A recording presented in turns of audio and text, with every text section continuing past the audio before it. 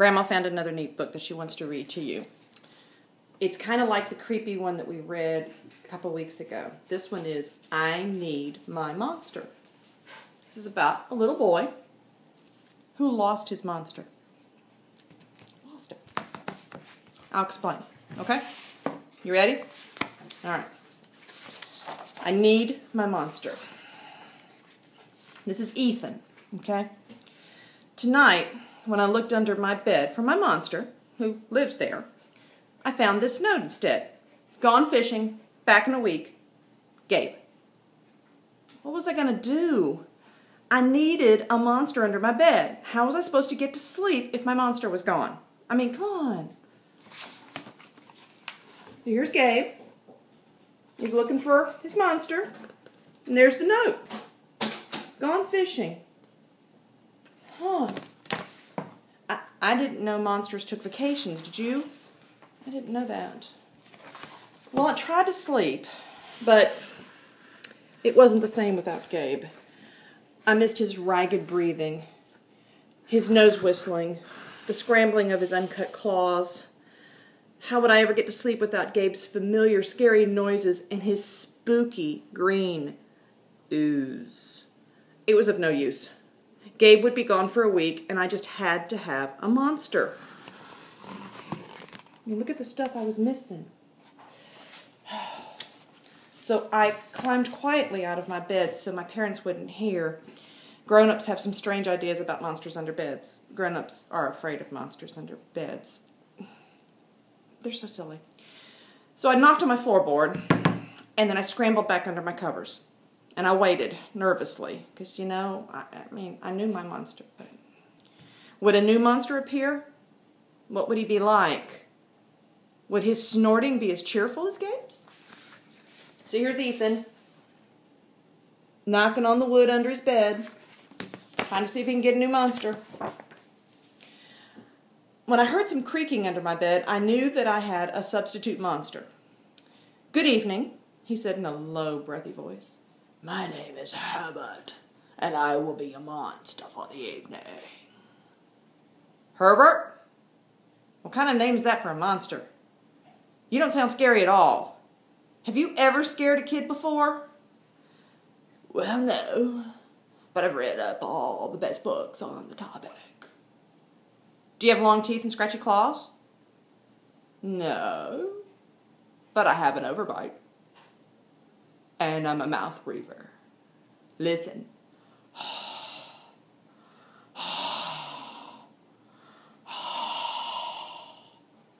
Herbert's panting was kind of scary, but it really wasn't enough for me. So here's Ethan, and there is Herbert. See under the bed? See Herbert? Do you think Herbert's scary? Listen, Herbert, I'm really sorry, but I just don't think this is going to work out. It's nothing personal, but I really need a monster with claws. Picky, Herbert complained. As you wish. I will go. There was some more creaking, and then Herbert was gone. See Herbert? Saying goodbye to Ethan? See, Ethan's saying, I need claws. Come on, buddy, I need claws. Okay, so Herbert didn't work out. Some scratching warned me that a second monster had arrived. Good evening, he said in a high, silky voice. My name is Ralph. I understand you need a monster with claws. If you would please lean over, I will hold out an arm for inspection. I crouched on the edge of my bed, hoping to see a horrible, shaggy arm with sharp, ragged claws. See, there's something under there. Something under there. What do you think I'm going to find? Instead, I was surprised to see a sleek, brushed fur with smooth, shiny claws. Excuse me, I don't mean to be rude, but is that nail polish on your claws? Yes, it is, Ralph replied. I believe professional monsters should always be well groomed. Look at this claw. really very pretty for a monster. I could tell this was not going to work out either. I'm sorry to disappoint you, Ralph, but I need a monster with scary claws. Like Gabe's, I thought. I heard some more scratching, and I knew that Ralph was gone. Here's Ralph. Ralph's interesting, don't you think? Okay. That's one more monster down. A minute later, a third voice from under the bed rasped, "Check out these claws, kid." I gathered my courage and peered over the edge. He's getting up his courage to look. Oh, what will he find? The claws were impressive. Jagged, dark, razor sharp. So far, so good. I was a little nervous. Could you stick out your tail? Sure, but don't get scared. Look at this claw. That's an impressive claw. I peeked through my fingers. I was a little nervous at the slimy tail that was slithering over the foot of my bed. That's when I noticed a bow. Are you a girl monster? Of course I am. I'm Cynthia. Do you have a problem with that? Yeah, I do. I definitely need a boy monster. Boy monsters are for boys, and girl monsters are for girls. Everybody knows that. Well, aren't you the picky one? She sniffed. And then she was gone. Look at her. Look at Cynthia.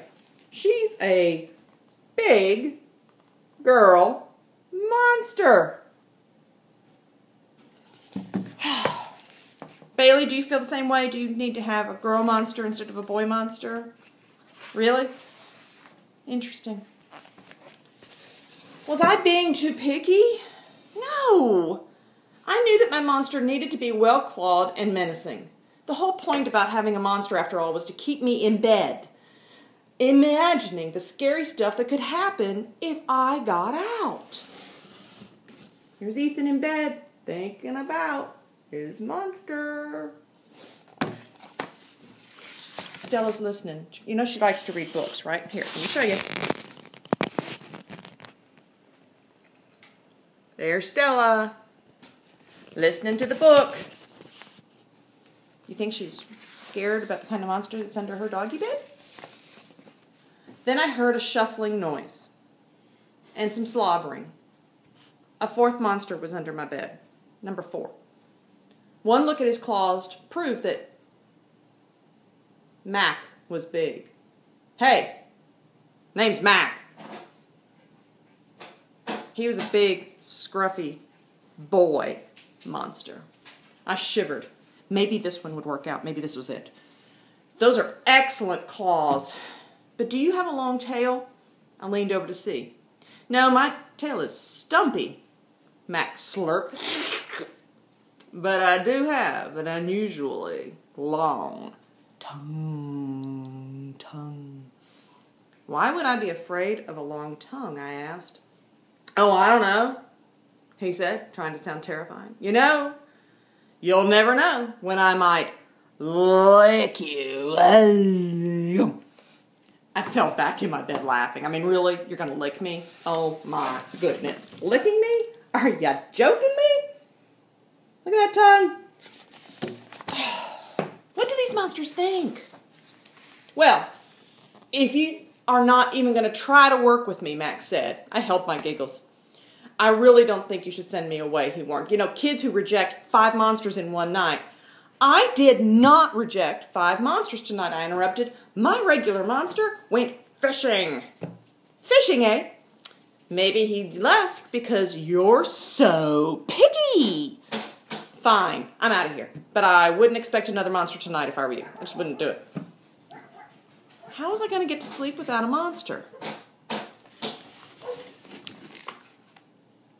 There he is, talking to Ethan. How's Ethan going to get to sleep without a monster? I was surprised to hear more creaking under the bed. Loud creaking. Scratching. I thought no more monsters were going to appear tonight, I said. Sorry I'm late, kid. It was Gabe. Thank goodness. It was Gabe. I thought I would enjoy fishing, but I didn't. Those fish scare too easily. No challenge at all. You, however, are challenging, my friend, because you're almost too old to be afraid of monsters. You keep me on my toes. Ah, toes. A delicious snack. The bed quivered as Gabe's stomach rumbled with hunger. Now, if you don't mind, I'd like to start the evening with an ominous puddle of drool. I peeked over the edge of the bed, and green ooze was soundlessly spreading underneath. See Gabe up under there? And look at all that ooze under Ethan's bed. Oh my goodness. Oh my. Gabe looks like a pretty good monster, don't you think? Yeah. Then the bed trembled as Gabe unfurled his big spiked tail. He was daring me to guess where it might pop up. I shivered. Will you look at that tail? Oh my. Oh my. So, you had some substitute monsters tonight, huh? Gabe sharpened his claws on my bedpost. Were you scared? Then Gabe started tapping. I could tell he wanted to know if I still needed him. No other monster can scare me like you, I giggled, and then dove under my covers and pulled them up tight. Through the blanket I heard Gabe's soft, comforting snorts. Ha! I knew it. We're made for each other. Wow. That's a pretty darn tootin', tough-looking monster. Look what that monster has in his mouth. Does he have a fish? From when he was fishing? When my blanket started to slip off the bed, I knew Gabe was ready to eat. Now, if you could please stick out your foot, I'd like to nibble on your pinky. I yanked my blanket back up, scrunched my feet in so that he couldn't get them. No toes tonight, but you can have this, I offered as I pushed my pillow off the bed. I didn't even hear it hit the floor. So look, Gabe's trying to take the blankets, but Ethan gives him his pillow, and look, Gabe ate his pillow. He ate the pillow. Gabe was back. The ooze was perfect. Everything was back to normal. I shivered one more time. I'd be asleep in no time. There he is, falling asleep with his favorite monster. That's a neat book. I like that book. I will put it in the mail along with Memoirs of a Goldfish, and you will have it this week. Grandma loves you lots and lots and lots. Kisses, hugs, big hugs. Love you. Bye-bye.